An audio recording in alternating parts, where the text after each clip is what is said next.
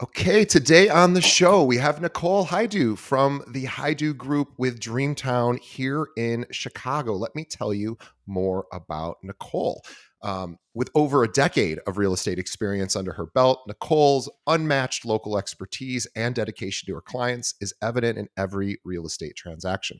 She provides her clients with highly personalized, collaborative, and stress-free real estate experience.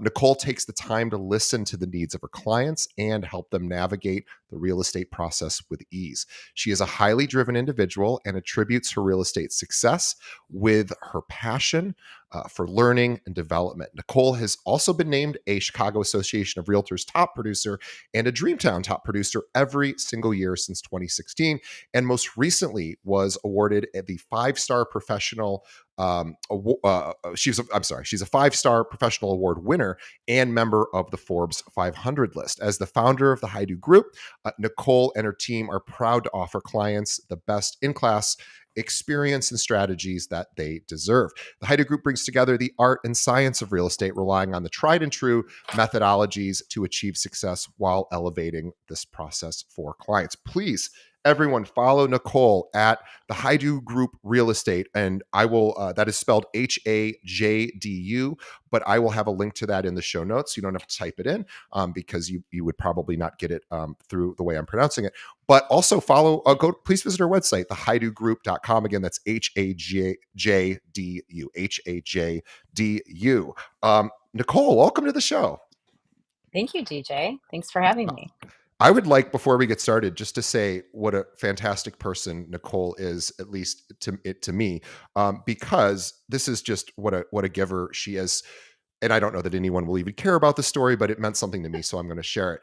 So Nicole is somebody I did not know. We had no interaction, I believe, up until I somehow started receiving some emails from her. I probably signed up for it somewhere, and I started getting these really cool emails that I was very impressed by, that she was sending out to her sphere of influence. And just on an off chance that she might want to chat with me or maybe even know who I am. I assume she didn't. I sent her a message, I think, on her email saying, I'm so impressed with this. Could I call you? I just have a few quick questions. And she was like, oh my God, totally. So I called her. She was in the middle of a conference, I think, with Tom Ferry and like somewhere in the Southwest part of the country. And she just immediately picked up and we were talking like we had known each other for a long time. And here we are today getting to speak to each other on the show. I'm a huge fan of Nicole. She's a lovely, sweet person, and I'm glad to have you here. So, Nicole, welcome. Thank you. And I do remember that. I remember that like yesterday because you're a bit of a celebrity in my eyes. So it was it was nice to I don't for you have to any call awards. me. You have lots of awards. You're the celebrity. Um, But I do remember that. Yeah. Actually, it's funny. They make up awards for podcasters, and we've gotten about 20 different ones or more than that. And they're See? like, they're not really awards. They're just, somebody makes stuff up and, whatever. They, But you get real they awards that you've are. earned and won. So I am very impressed. But let's I don't really know your story. So I'd love to hear how you got into real estate and why, and Hmm. sort of what keeps you going. Okay. Well, I got into real estate in 2007 when everybody was getting out of real estate because it was the crash, right? And everybody was getting out. I got in, and I didn't think twice about it. I got my license when my kids were 4 and 3 years old, and I remember that like yesterday too, because I'd have to put them to bed and study and get my highlighter out and do all that fun stuff to pass that test. And I actually had three different jobs. I had my own business. I had a little print business I was running. I worked in remodeling, and I was starting to do a little bit, just getting into the real estate, right? So I was running around like crazy with these two kids, and my then husband was in the police department, and he worked opposite shifts. So um, it was me alone with the two kids and studying, and got my license that way. My dad was really influential in me getting my license because he had his broker's license, and but the year before he passed away, he said, "Get your license. You really need to do this. You need to either get your license, become an agent." or you maybe own your own brokerage, do something with it because I've always wanted to own my own business. My dad was a small business owner. He was second generation plumbing contractor, commercial plumbing contractor. So being old school Sicilian, owning a plumbing company from 1929, you could imagine he put me to work when I was 11 years old doing payroll. And you might remember this payroll was done on a ledger with a ruler, right? And that's what I was doing at 11. So I was working for him um, from 11 years old, and it really, really taught me a lot about business, integrity, showing up when I needed to, and structure and business planning because I got to live that life for so long. So he's the one who influenced me into real estate. I got my license, and shortly after that, I had my daughter, and about a year after that, I ended up getting divorced.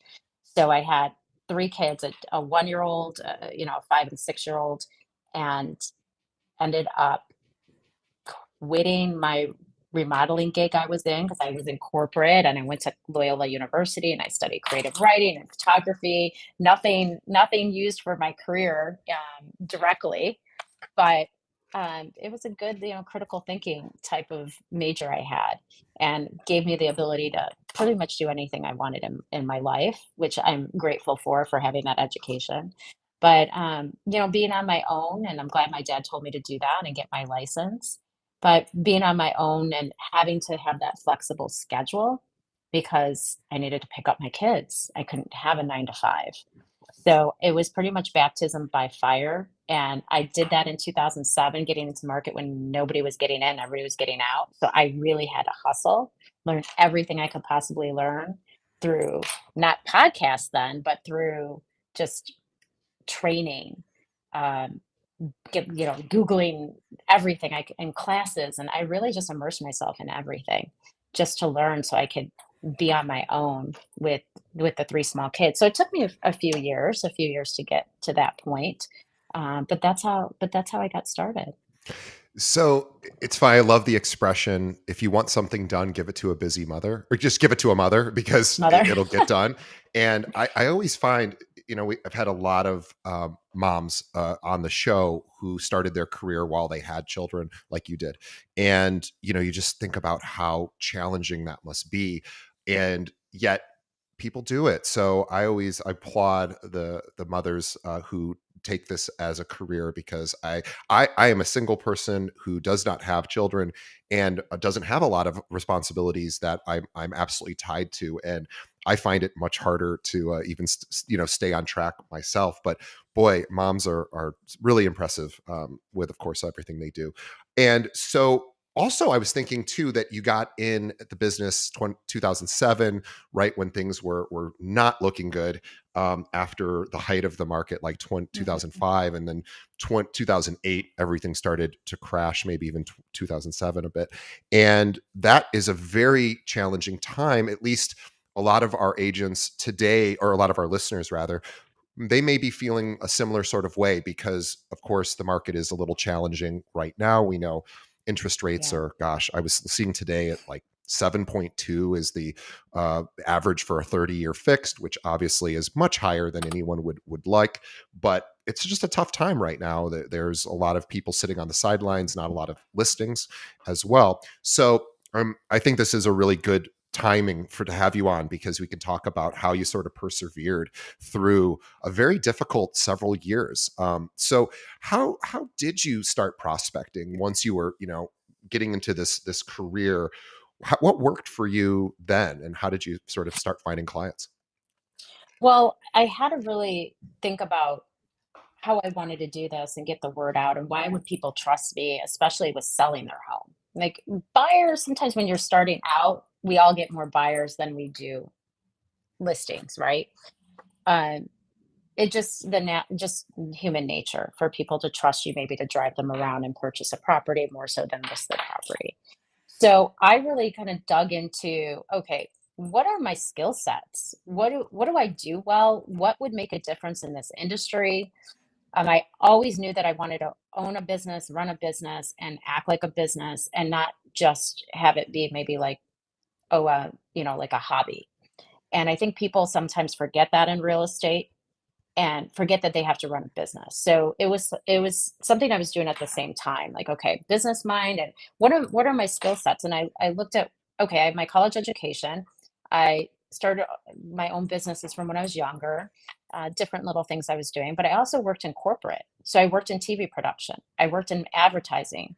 We had big clients like Pillsbury and Air Trans, and then I worked in so it was first a print company. So I knew a lot about print. Then I worked into advertising, and then I went into TV production. So it was all aspects of marketing. So I took my background in marketing and business development in terms of like project management, and I moved it into real estate. So I wanted to get that out there. Yes, I know a lot about marketing and I can market your home, and I know about print and I know what quality is. And I started elevating that and reaching out to people through really just meetings. Like my neighbor told me that was my first deal was my neighbor. She's like, Sure. "We're going to look at building a home." I said, "Listen, I'm getting my license right now. Please, please do not list with anybody. I'm going to list your house and sell your house." And every day I saw her, I'm like, almost, I'm getting my license. Give me like 2 more weeks, 2 more weeks. And she was my first client. And we ended up selling to a really wonderful couple who I'm still friends with to this day. And that was in 2007 was my first deal. And then I started marketing to my block. Okay, well, people know that I'm here. They know that I'm in real estate, or they heard that I'm in real estate because I'm telling them. We had block parties, I'd mentioned it. I would send out postcards around the block. I would make phone calls. And I know right now I'm at Dreamtown. Yuval Dagani, who is the founder of Dreamtown, he is really, really big on pick up the phone. If you just pick up the phone and call people, you never know. It's such a great opportunity. Hear what they're saying, talk to them about whatever. How's the kids? Now we have access now to people's lives that we never had before in 2007, right? Like I can see what you're doing. I could see anything about your life, and people could see about my life and pick up the phone and call and ask, right? And sometimes it leads to the best conversations or a connection, or hey, you know what, I was just thinking about selling my house, or my mom needs to sell her house, whatever it may be. It usually just organically happens if you reach out. So that's what I started doing. I just started putting myself in opportunity, in the way of opportunity. And I think people forget that too. You got to get out there and put yourself in that space to receive some opportunity. You said a lot there and a lot of great things to unpack. One of the things that I wanted to touch on was the phone that you mentioned. Being you and I are in the same generation, so we grew up with the phone. You and I grew up talking on the Yeah. phone to friends. You were probably asked out on your first date via a telephone, or at least that's how Yeah. it worked for where I Yes. grew up. And it was a lot of phones were really really important, and of course to people today, anyone under 30 or even probably under 35 even, just don't they didn't grow up using the phone. It wasn't significant to them, and so as a result they're not really in that habit. However, I find that people are often very impressed with getting phone calls as long as they're not salesy and whatever, but it just isn't that common anymore. So I'm a huge fan of that too, even talking to younger people, even having the Gen X, Gen Z people who aren't really as big on the phone. Curious to if you still are doing as much phone calling as you were before. I am. In fact, I'm doing more of it because I'm really big into coaching. I love coaching. I've hired coaches, and they all just say the same thing: personal notes, send out the marketing, the postcards, newsletters, but personal notes and phone calls. I think those make the most difference in our business. Uh, I mean, receiving a personal note in the mail, I feel like it's a lost art, and It's it's one really of the touching, right? it's one of the greatest feelings. And it only happens to me. I actually have one right here that I just got that was like from the association. They wrote me a nice thank you. I get maybe 2 or 3 of those a year, maybe. So and it does it really makes me feel good at least. And I'll write them, like I know Ninja says, get out there and write 5 note cards, 3 to 5 a week. Different coaching programs have different recommendations, but I started that maybe 12 years ago when I was doing Buffini. And and sometimes I get off schedule on that, Sure. and I just have to sit you just have to sit down and prep yourself. You have to have your note cards there and know what your routine is every day and do the time blocking and the scheduling. I mean, it's really all hands on deck when you think about marketing, because marketing is everything in business. And It's it's what gets your name out there. 100%. And also, you were a creative writing major, or that's what you studied in college. And that too is not, obviously not everyone has that kind of background or that skill set. But if you have the ability to write, and you're somebody that has that is an avid reader or an avid writer, and you sort of have an awareness of how to construct sentences, you can really make yourself stand apart, even just in your listing descriptions. And for anyone listening who's like, I'm not a good writer, that's not what I'm good at, Chat GBT is here to help. And Oh they yeah. can, you just throw in your existing listing and say, make this more emotionally appealing. And it does it pretty good job. People like you and I we would always do that manually. And that was something that you and I are skilled at, and then other people now can sort of catch up a little bit. So that's just a little tip for anyone out there who it doesn't feel like maybe they're as skilled at that. But you really do. You are an excellent marketer, and I want to just highlight one of your things, and I've talked to you about this ad nauseum, I'm Mhm. sure, and but to the audience, they don't know this. So I wanted just to talk about this one thing that you do, and I know you do a million other things too. So I just want to focus on this because this is how I got really impressed with you. And I should mention, like, my role here at our firm is I recruit realtors, and I've never thought for a second that I would be able to recruit Nicole, because it's just not the kind of realtors that we really recruit. She's a total superstar, and we don't oftentimes get superstars like that. But I was so impressed with this. I thought, man, this is so wonderful that I wanted to mention it, just because I don't think anyone's ever talked about it on my show in the 6 years I've had it. So I know it's just one thing that you do, but can you talk about your email newsletter that you do every week? And sometimes even more than once a week. I feel like you do other things, but tell our audience what you do, and why you do it. Sure. So I do a postcard version and then like a newsletter version. So the postcard version that I send out, which is an e-blast, it is what things to do in the city and things to do in the suburbs. And I send it to I send the suburban one once a week and the city one or the suburban one once a month and the city one once a week. Because people want to know, hey, especially if they have kids, family, people visiting, they want to know what to do in the city, and it's something of value. So I want to be at top of mind all the time. I want them to think of me as their go-to real estate person. So in order to do that, you have to touch them so many times a year. And part of that touch strategy or campaign, if you will, is to do these newsletters. Let them know what's going on in the neighborhood, what we're doing as a team. And we're even revising our newsletters and sending out letters now, handwritten signed letters that state, what we've been doing as a team, what we're looking to do in events. And we're also, going to then make that into the newsletter that we send out once a month. And we have a great marketing team that puts it together, and it's very professional, and it goes out to our sphere. So we have multiple touches a month throughout the year where people will not forget that, okay, Nicole Hajdu does real estate. Let's call Nicole. She's got her, finger on the pulse. She listed this. She's in our neighborhood. She's doing this. Her team is doing that. And we talk about how our team is growing.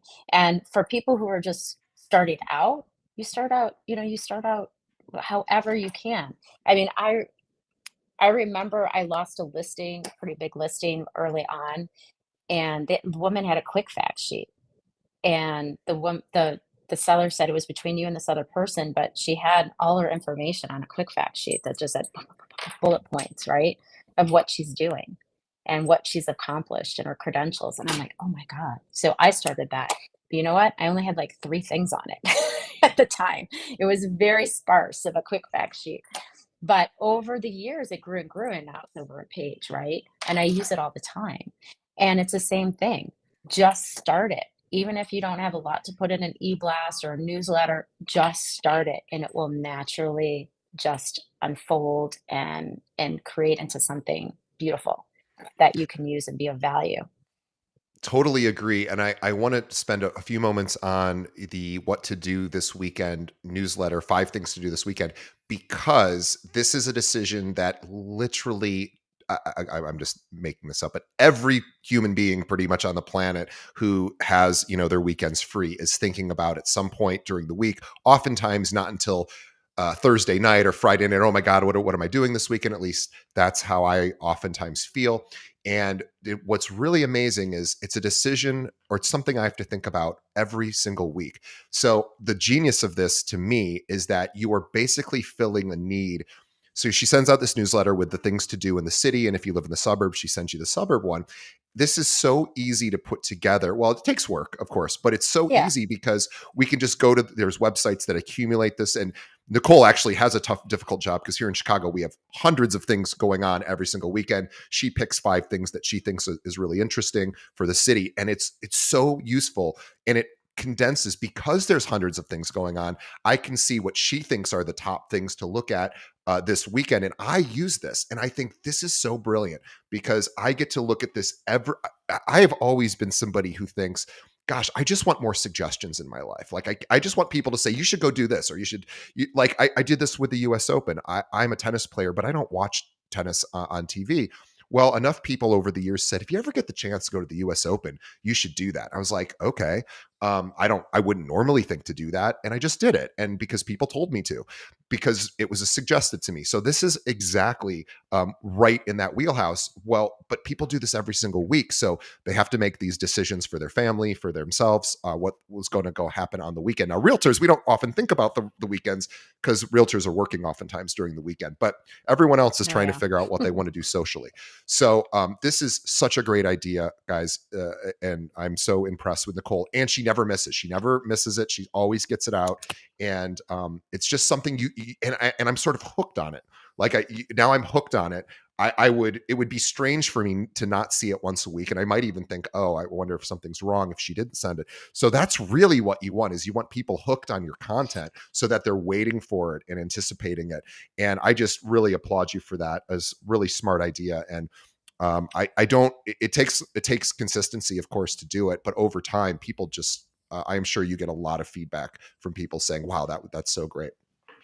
We do. We get feedback saying, "Hey, listen, can you send me the magnet?" I send them the magnets. They have it on their fridge when you walk into the house. And I'll go to events and people will say, "Oh, thank you for sending me what to do this weekend. I always look forward to it because I never know what to do and the suggestions are right there." Or you forget the dates, you forget the festivals going on or whatever it is. You're not going to you just people just want easy. They want the easy button. And it's just an easy way to provide value and let people know like, hey, I'm here for you. I got your back on what to do this weekend. It's really it seems so simple, and I guess it is a simple idea, but it is a very important one to consider doing something that people are going to consistently need even between transactions because people are only selling a home, I don't know, every 7-10 years, whatever the stat is.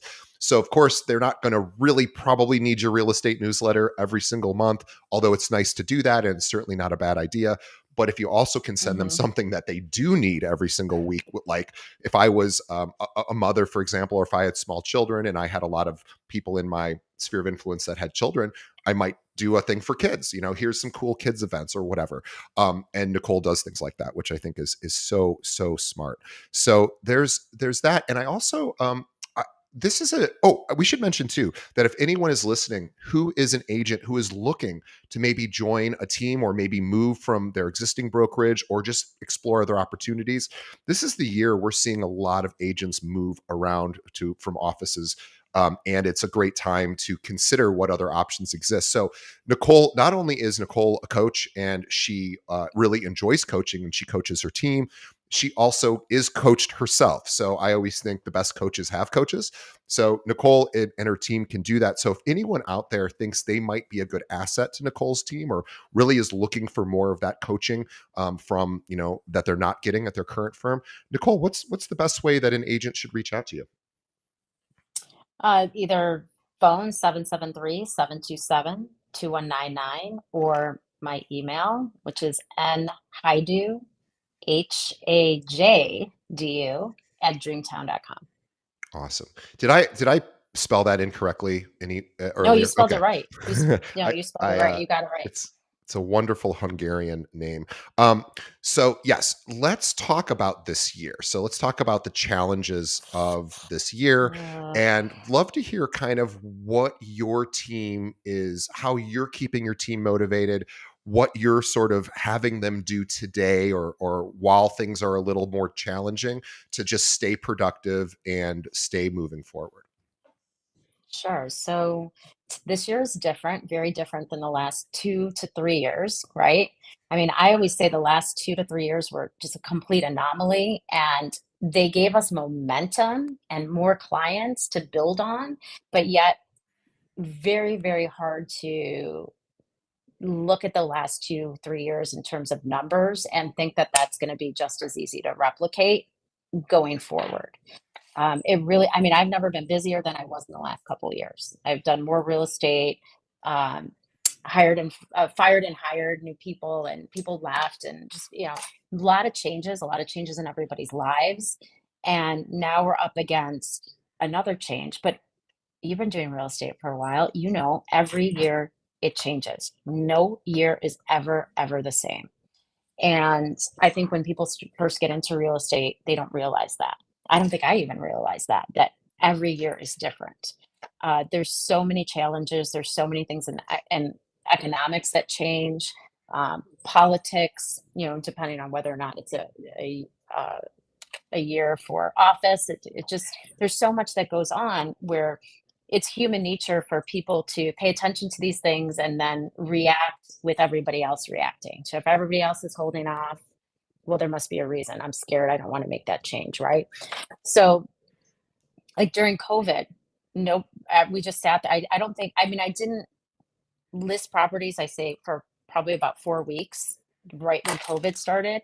But I was still working and I was reaching out to people. And I said, this is a great time to catch up on everything that I wasn't doing, making my phone calls, sending my letters, doing social media, thinking out of the box about, okay, how am I going to survive during this? Because we don't know what's going to happen. And are we going to have a job in 2 months, right? 3 months next year. So what did I do? I listed my house in the first 4 weeks of COVID. I said, if I'm going to tell everybody else to do this, I got to do it. So I listed my house, figured out how I was going to manage photography during COVID, how I was going to manage staging, how I was going to manage the entire transaction, showings, everything. And if I could do it and successfully do it, I could tell my clients to do it, right? If that's what they desired, because there was a great opportunity there for people who were saving and ready to move, jump on it, get that low rate.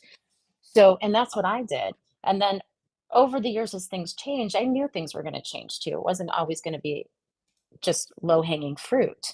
So now we're into that change. And due to rates are kind of putting a little bit of a hold on the market. There's not as many people. We're listing properties, but there's not as many people looking. There's not as many offers. The offers aren't sometimes aren't coming in where we want them to come in. So it's a shift in our thinking, a shift in our marketing, shift in our pricing, and our team is seeing it. We see it. We hear it on the news. We podcasts that we listen to. Like everybody's talking about it. It's a change. So the team, it's really important to keep up with the coaching and the training and educating yourself. But with my team, we're constantly talking about what can we do to add value to our clients? What can we do to be there for our clients?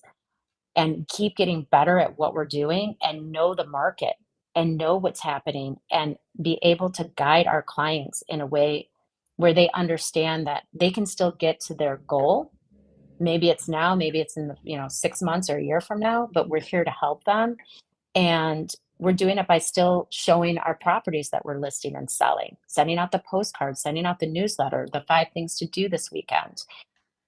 Events are a, a, a really nice thing that you can do for your clients and get people together and have that community, especially for people who want to get to know you more, get to know what you do, or maybe a buyer seminar.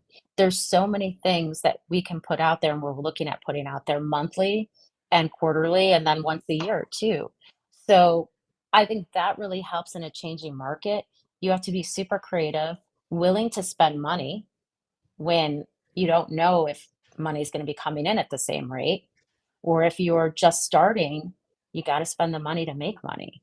And I think people forget that too in a business, because so many businesses are brick and mortar and you have to get a business loan.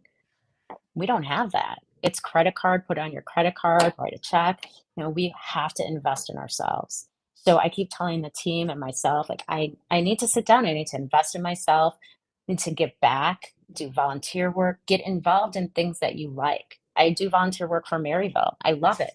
And it's something that I take time away from real estate and my family to do, to give back, but it's that experience that motivates you to do more in your business and more in your personal life, and share things with the people around you. So I think it's just, there's a lot of things that go into being successful during a changing market. And I think you have to touch on all those things and really sit down and think about, what do you want? What is the message you want? What kind of branding do you want? Who's your ideal client? That's a big one too, and that always changes. I remember I worked with 6 weeks with a coach, just having me write down my ideal client, because at first you're not getting your ideal client. You're like, "Oh my god, do you want it? Sure, yeah, let's go out 700 times to go look at a house because you wanna get your first deal, right? And have it go south like 3 times before you close." You know, that's how real estate ends up it starts off. So, I think there's just a lot that goes into it, and as you do this longer and longer, you learn that it's not just marketing. It's getting yourself out there for events and being creative and giving back to your clients and giving back to the community, and doing things at the school, promoting. I have a big banner in the school. I'm part of the Fast Direct on the school website. I mean, that was consistent for like 8 years, and I get a lot of my business from the kids' school. Wow. So it's reputation, it's doing the best that you can and keeping your being and having integrity, so then people can pass on your name and trust you, right? Oh no, I have somebody for you. I have somebody for you. Because 90% of my business is by referral. And I think that's what we really need to do and focus on building those relationships.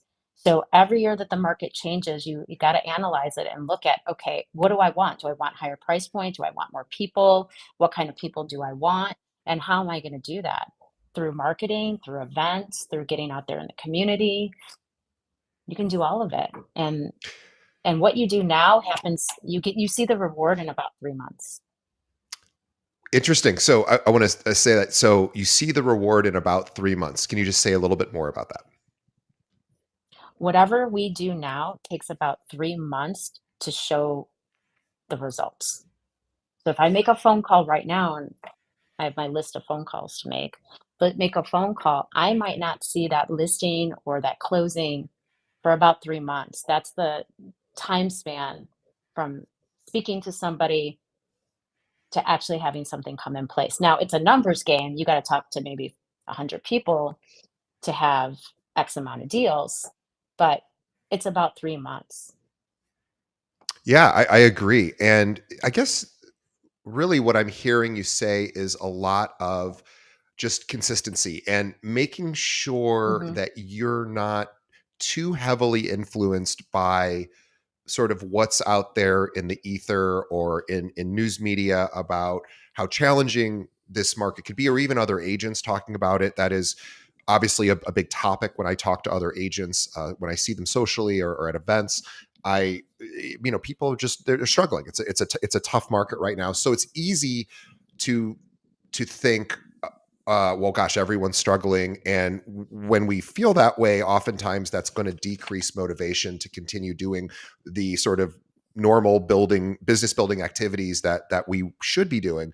And I think it's really important to know what's going on, of course, in the industry and in the market, but also to not be too influenced by it, because, like you said, yeah, today might be a day that isn't great because of rates, and but in 3 months we don't know, and we're going to start to see people, the results of our thing. So you really, I always think it's like you're just doing your future self a favor. Like whatever you do today, you're doing Mhm. a favor for your future self.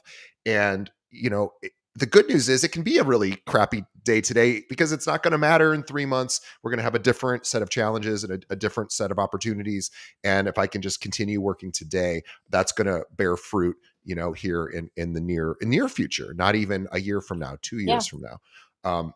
So I think that's a really important thing for people to think about today is know what's going on, but don't get too caught up in it, because what you're doing today isn't about today anyway. It's about 3 months from now, that's right. or It's further. not. It's Yeah, and it's a numbers game. That's why you have to write notes and call people, because you have to reach out to as many people as you possibly can daily to to be to be making a living when the market takes a step back, right? Because it always does. It's always up and down, up and down. And if you look at the statistics over the last, 75 years, you could see it going like this all the time. So it's just timing. And I've been doing this long enough where the timing just was perfect during COVID for me to move and for me to really start getting my name out there. It was just perfect timing. And there's nothing I could control about that except my everyday actions. And it just hit that level of that opportunity just hit at the right time for me and for my team.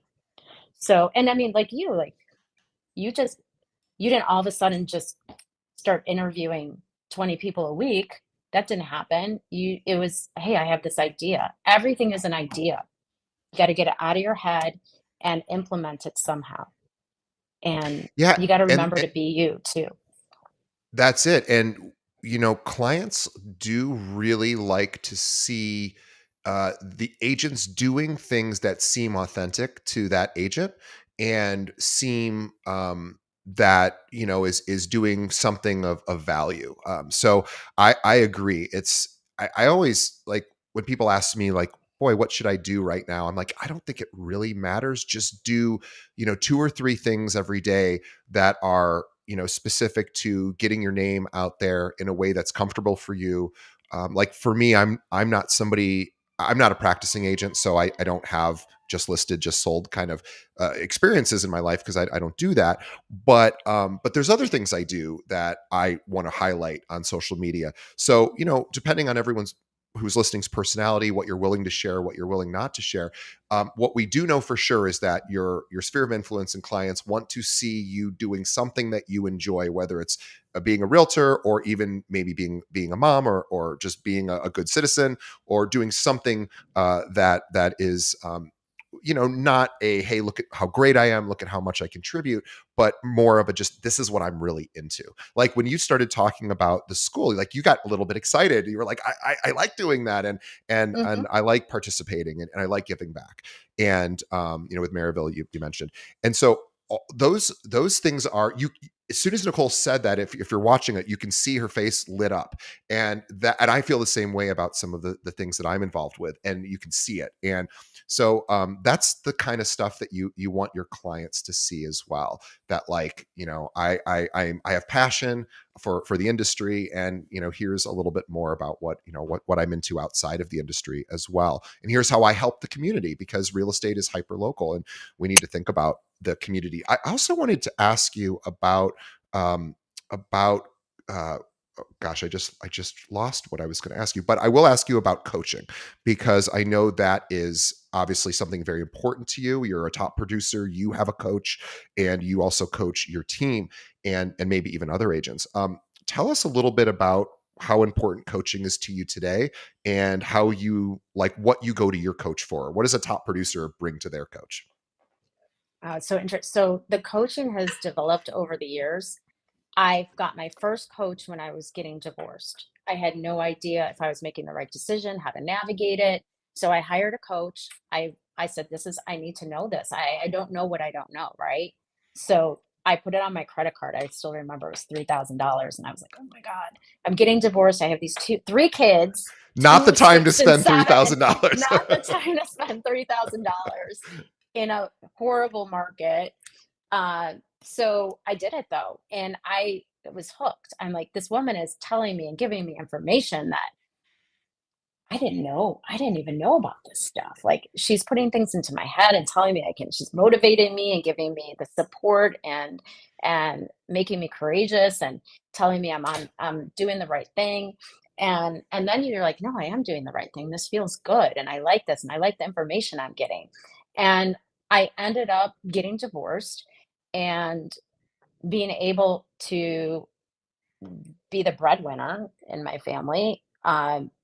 So I did get remarried again, and I because the kids we didn't have kids together. It's just my three children, but I'm able to put them through private schools and have buy my own house and do all these things with this real estate career.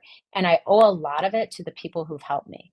So you've all helped me in my career. He's the owner, founder of Dreamtown. He helped me quite a bit. He gave me so much opportunity, but he gave me opportunity because he saw that I showed up. And I showed up because I had the coaches behind me and the information and the motivation there. And I was seeking help to become better because I have blind spots. I can't see everything. I sometimes I do things and I don't know that maybe that was not correct or wrong or not the best way to do it. And so I started with Buffini. Then I went into the core coaching. Then I have Ninja, done Ninja, and back to core again. And then I just got my coaching certificate. So I can eventually step into coaching too on a full time basis as I get older and don't want to run around so much showing homes. But that's not for another like 10, 15 years. But I'm preparing. So I'm preparing for my future by getting my coaching certificate now and kind of dabbling with it and at least having a door open and be able to take that on. So with coaching, I asked my coaches that, you got to be upfront and honest and open, and you got to pretty much lay it all out there. Like they had to look at what I was spending and they're like, "Oh no, no, no, no, no." Like, what are you doing? Because I like to spend money and I like to give money away and like donate and do all these things. And they're like, whoa, whoa, whoa, you need to have some better business practices. And I knew that too. I just didn't know, like, well, how do you do that? How do you do that? Show me how you do it. What do you do that works? What am I doing that's not working? Tell me. If you just tell me, I will do it. And I think a lot of us just need that. Just tell me, like what you're saying. Just tell me, make it easy, and I will go do it, and let me know what works and doesn't work. I don't want to find out and take 5 years to figure something out that could take me 3 days with coaching.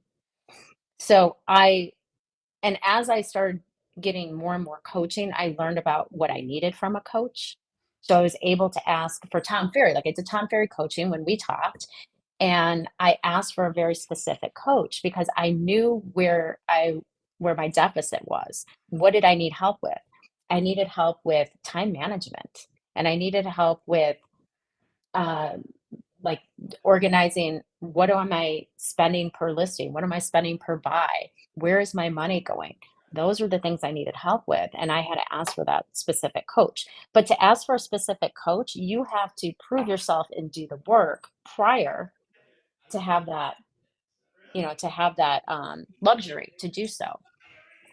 So I love coaching. It's helped me greatly, and it helps and there's a lot of stuff I learned that I pass on to my team, and they don't even have to pay for it. They just get it because they're on my team, right? Yeah. And I love sharing, and they love hearing it, and they take some of it and some they don't. It depends what you're ready for and when you're ready for it.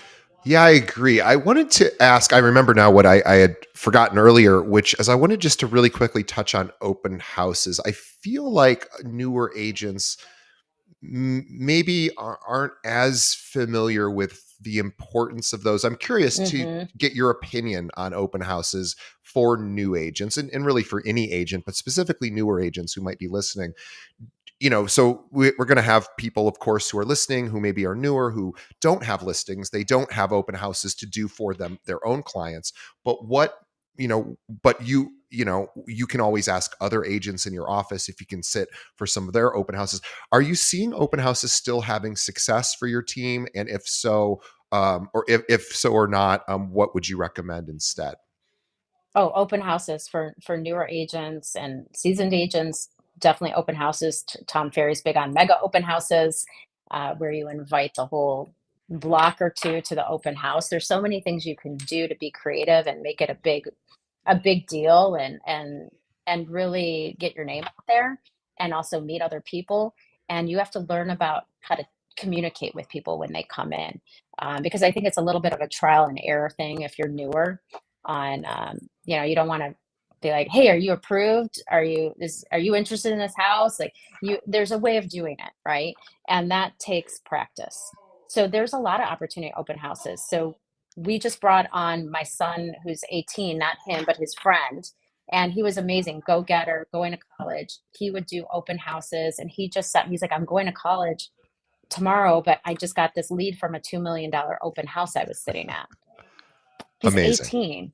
And he just closed Amazing. his first deal in his first 30 days because I sent him on showings, rental showings. He literally followed up with every single person that came through for the rentals and got his first deal. So the open houses are a huge opportunity if you just have to put yourself in the place to receive those gifts, and you got to get out there. And it's a great opportunity. My entire team does it. It's, Yes, I agreed. And thank you for that. And okay, so I'm curious when because people, I think, oftentimes, I mean, we do this with people who are at a certain, what we believe to be a higher status than we are with respect to maybe they're at a different, stage of their career. They're, bigger producer, or maybe, they're just have some skills that you feel that we don't currently have.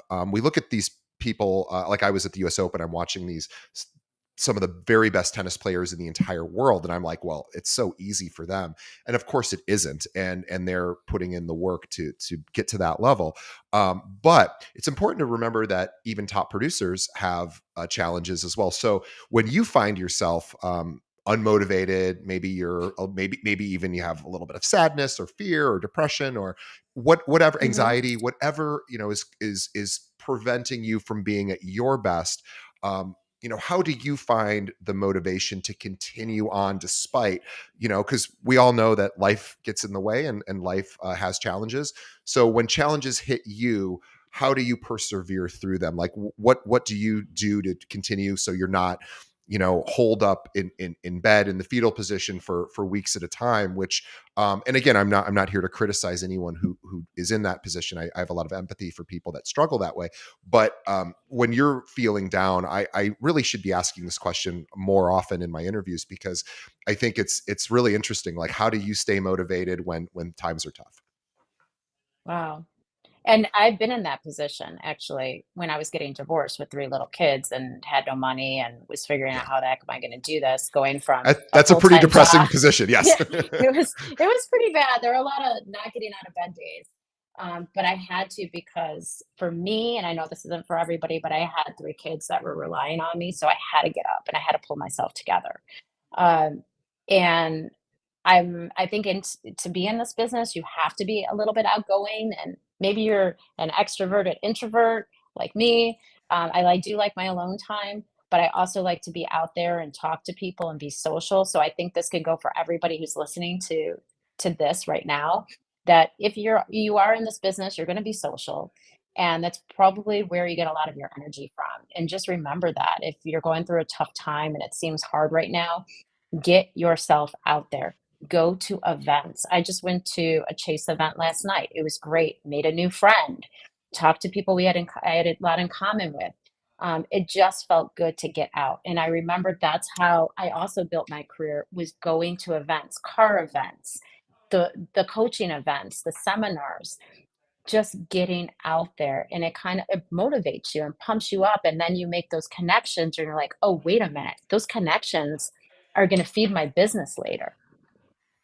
Getting out there and meeting new agents and looking and hearing other people's stories, because everybody has a story. Every house has a story. Every agent has a story. Everybody started from here, to get to what we're talking about now, especially the ones who share their stories. And I think that helps motivate people. I listen to audiobooks, so I'm on Audible all the time, driving in the car. I listen to so many people tell their stories about how things were not great. But guess what? When things are not great, that's who makes you who you are. That's where you prove yourself to yourself. You know your self-worth. You start to learn about a lot about yourself when things are bad. And Also, I'm sorry, I yeah, didn't mean to interrupt, but I was gonna say also you build resiliency yeah. during challenging times, and you actually become stronger by facing, not necessarily conquering, like, things that are challenges, because we can't conquer all of our challenges. In fact, we can't even conquer most of them, but we can learn how to cope with our challenges so that they don't completely, remove us from what we know is going to be beneficial to, our actions.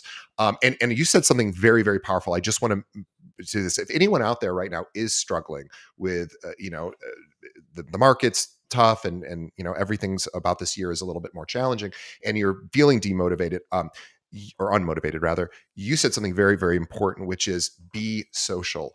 Whether you're an introvert or extrovert, if it's an introvert, if you're more introverted, you maybe are going to go out with the people that you're closest with, that you're most comfortable with, that aren't going to zap your energy. But getting out of the house and being around other people that you enjoy, which is another great reason to give back and Mhm. volunteer, because if it's something you're passionate about, you'll find like-minded individuals. And I have the same philosophy. I have a goal every week of doing at least two, but hopefully three social events a week. Now, I'm a single guy; it's easier for Wow. me to do that. I don't have three children, which of course would prohibit that. But if I did, I'd say, okay, I want to just do one social event a week, and that could be going out with a friend. It could be going to an event, hanging out with other realtors, maybe volunteering, something where I'm literally out of the house, because I know for me, I've done enough social activities and other things out. I know if I'm in my apartment, or in my condo, I will. I can start chasing my own tail. I can start ruminating. I can start really getting into, the just feeling, down, and that's fine. It's Oh, okay to do yeah. that. But if you have scheduled activities where you're forced to get out of the house and go be social, I schedule them, because I have to. I won't be motivated to schedule them when I'm down, so I schedule them when I'm not down. So I try to, like, every week say, okay, I want to go out and do something with somebody this week, and then which is just how it works for me. And I always feel better when I'm coming back from those activities. I'm like, oh, I'm so glad I'm not alone. You don't have to suffer alone, I guess, is the point, is being Yeah. around other people. And this is such a business where I think most realtors do work in a silo. Most Mhm. aren't even working in offices anymore. They're working from home. So it's really easy to just get trapped in your own thoughts, and not realize that, like, there's a sort of other world out there that can really help give you some of that motivation to then, give you that extra energy to maybe even, go through some of those harder times.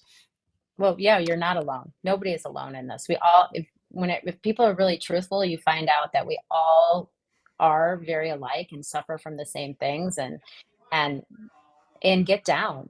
And if you're social and you're out there and you're going to learn, like, oh wait, this person was feeling like I was, and now look at them and they got through it. And you do build resiliency through it, which we Yeah, need it's in this business, because you're like, sometimes it's really rough in this business. You get well, and there's told so no a much that lot. happens in every transaction. There's something unexpected is going to happen in almost every real estate Oh, transaction. yeah. And usually it's going to be something that you news you don't want to hear, because that's just kind of how these things go. So you're going to have these speed bumps. Life is going to throw these challenges at you. And yeah, I think you're right. Like, don't suffer in silence. Get out No. there, talk to other agents, have people that you can call, because one of the things that really bothers me is the "you got this" thing. And it's like, no, you don't always have this. And it's okay to not have this. And that's when you lean on other people and you're like, I don't have it today. Like, I just need somebody to give me a hug, or I need somebody to tell me that I'm a worthy person, or, to sort of, or I just want to go hang out with somebody and take my mind off my Yeah. challenges. Or I want to go to or I want to hang out with a realtor who's crushing it right now and maybe learn a few things. There's lots of different options, but for me, I have to get out of my condo. I have to go somewhere, and I have to be very intentional about that. And I have to sort of force myself to do it. But it always works for me. So if anyone out there, we're getting a lot of fan mail recently about people feeling depressed and alone. And I encourage you to Mm, really make those connections in the industry, because number one, you're a realtor. Every other realtor is probably going through similar things, and you can work together to keep each other's spirits up if you don't, for example, have a coach currently. But Nicole, I think that it's really a great place to kind of wrap, because you gave so many amazing suggestions and tips, and I am such a fan of yours.